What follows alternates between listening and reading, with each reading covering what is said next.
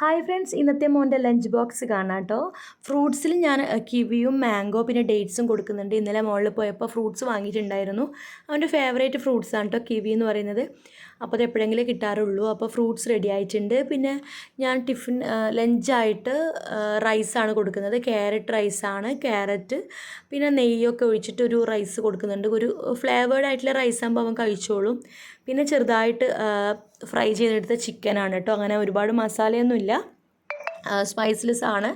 അപ്പോൾ ഞാൻ അതാ ചെറുതാക്കിയിട്ട് ഫ്രൈ ചെയ്തിട്ടുണ്ട്. അവന് ഇഷ്ടമാണ്, അപ്പോൾ കഴിച്ചോളും. വേറെ കാര്യങ്ങളും ഒന്നുമില്ല.